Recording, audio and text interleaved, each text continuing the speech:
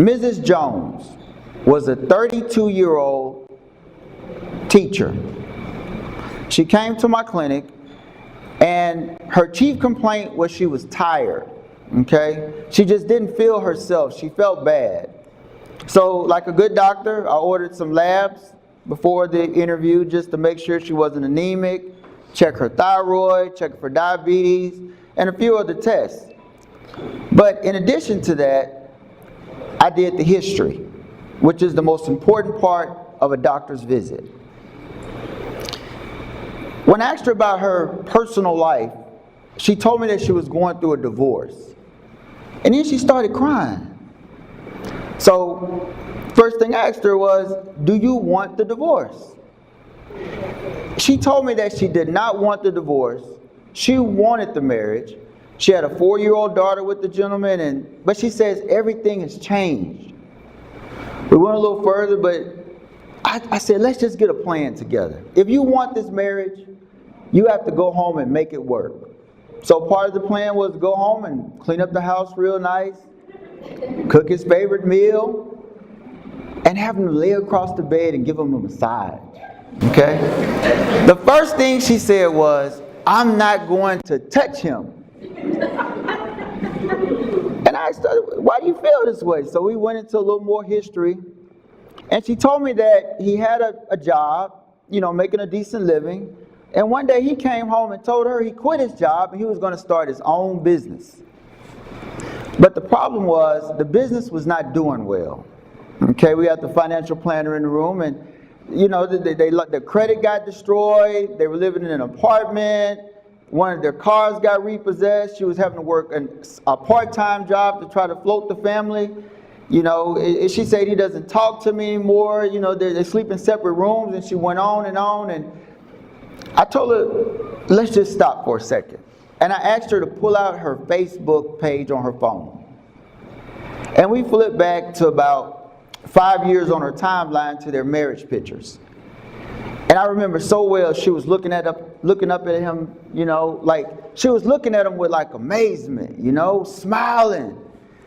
And, she looked like a whole different person. Her hair was all nice, like she had been to Quinn hair care already. It didn't even exist yet. But the deal is, she was about maybe 2 or 3 dress sizes smaller. She was dressed really nice. And I asked her, I said, would you want to go back to that woman? And she said she would. I told her the first thing you have to do is you have to change the way you view the situation. Your man is not the man that you want him to be right now. But the first thing you have to ask yourself is, does he have the potential? Is he a good man? And she said he did, and he was. I said, well, do something about it. See, the deal is, ladies, you have to realize that you have all the power. You really do. Men have fought for women, they've killed for women, they've gone to jail for women. At the end of the day, the women rule. Have you ever heard a happy mama is a happy house? The bottom line is, you have to realize you have the power to just transform a man. So she left the office that day, and she came back over a few more meetings, but she would report to me little things she would do. The first thing she did was, she realized that his business was their business. All right? It was their unit. Okay? So what she did was, she invested in the business. Did she invest all her money? She didn't have any money. But she invested all her time, all her efforts. And she would get information like flyers or brochures from the business. She'd go back to her jobs and pass them out, encourage people. I mean, she'd walk around the mall and give out flyers. She would go there and answer the phone, work the books, do all the things to give him the support he needed. But more importantly, what she would do was, she would build him up. So every morning, instead of saying, you're a loser, I hate you, I hope you don't make it, she'd say, I love you, I believe in you, you're going to be successful, and I love the fact that I married a man that had the guts to walk off a job that was not optimal for our family and start his own business so our family could have unlimited success. And basically that's what she did. Now, I didn't see her for a period of about a year, but a year later, she came to our clinic and she told me she wanted to talk to me. So I took her in my office and she started crying again. But this time, she cried tears of joy because she told me not only had they canceled the divorce, but she was pregnant 2 months, getting ready to start a new family. So the bottom line is, if you invest in your man can have unlimited success. In addition to the new child that they were getting ready to have, she also told me that they had just purchased a home with the overwhelming finances of the company, and she had quit her job and she was now working at the company full time. So once again, I tell you, if you invest in your man, the man's potential is unlimited.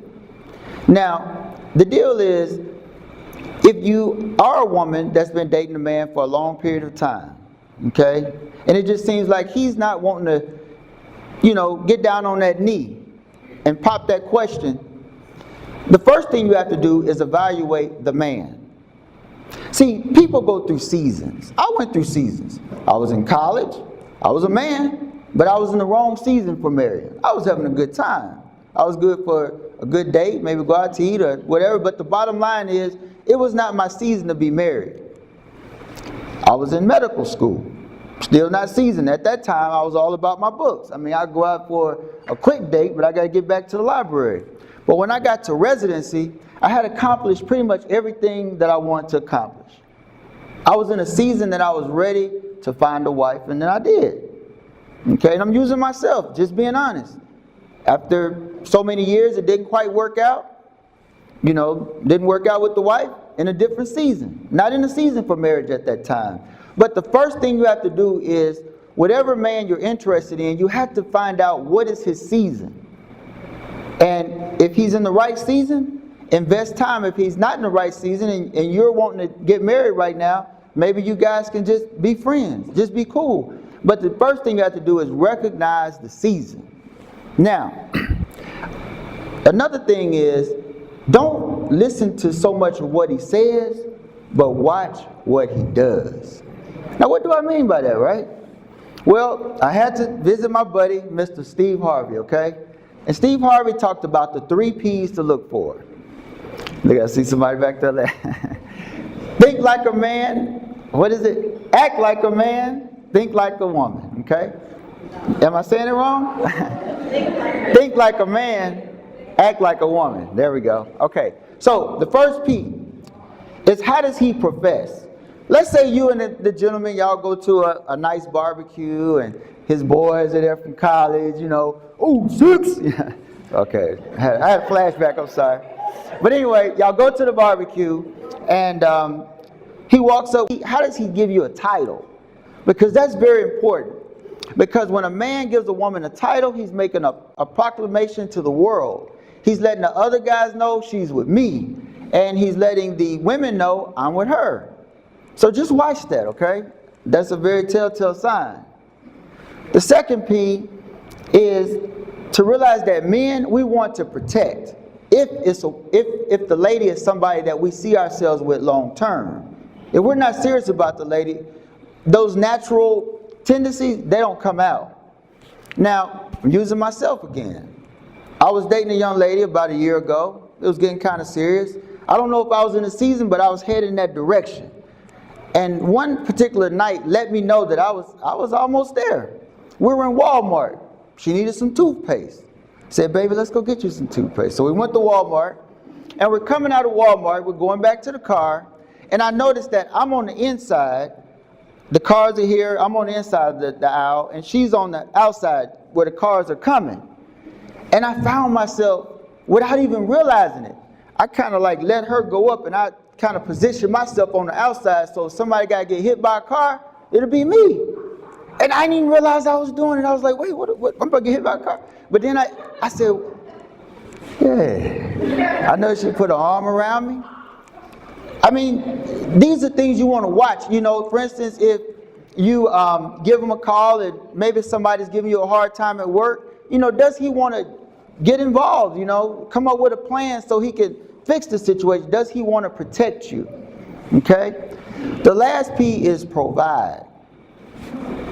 Now, I'm not talking about he's going to come to your house and go in the mailbox and get all your bills out and pay your bills for you. I mean, some might do that. That's fine. But what I'm talking about is a scenario where he just wants to make your life better. Okay? And it doesn't always have to be financial. For instance, he might text you in the morning and say, "Good morning, baby. Did you make it to work?" And you text him back and let him know that your car had low tire pressure. What's the next text? Is he texting you saying, "Hey, baby, I'm on my way to pick your car up and get some air in the tire," or maybe after work, meet me at the gas station? Does he want to provide for you? Or if y'all go out to eat, does he want to pay the bill? Now, let me just say this. I've had a lot of ladies that have hurt themselves. A lot of ladies are very successful, especially in this community. You ladies are really doing it. Y'all are going to college, getting degrees. We got accountants, doctors, lawyers, bankers, all these different people, women with their own business. And some of these women are accustomed to a certain lifestyle. Maybe going to Bonefish, going to Ruth Chris, but maybe he can't afford all that, right? So, you don't want to make him go to Bonefish. He can't pay. Don't just, if the man want to take you to Popeye's chicken, eat that chicken like it's steak. But the deal is, if you really have a good man that you've identified that's in the right season, he's doing everything he can, invest in him. Maybe he didn't graduate college. Maybe his accomplishments aren't where you would like them to be. But instead of saying, "You didn't graduate college, you can't afford this and this and that," say, "Baby, we're gonna go back to college. We just go take a class, a makeup class, whatever. Go with them, study with them, go to the library with them. But at the end of the day, ladies, you have the power of the men." Because I've had ladies that make me do things I never thought I'd do, but that's just the way it is. Ladies have the power. So I'm going to close with this. Just remember, a good woman can make a man the most successful. Look at our president, Barack Obama. Had it have not been for Michelle Obama, I don't believe he would have been the president. He got a good lady behind him. And just know that all men, I don't care what they say, they might not be in the right season right now, but all men want a wife. Because we all know that there's no happier state than to be in a good marriage.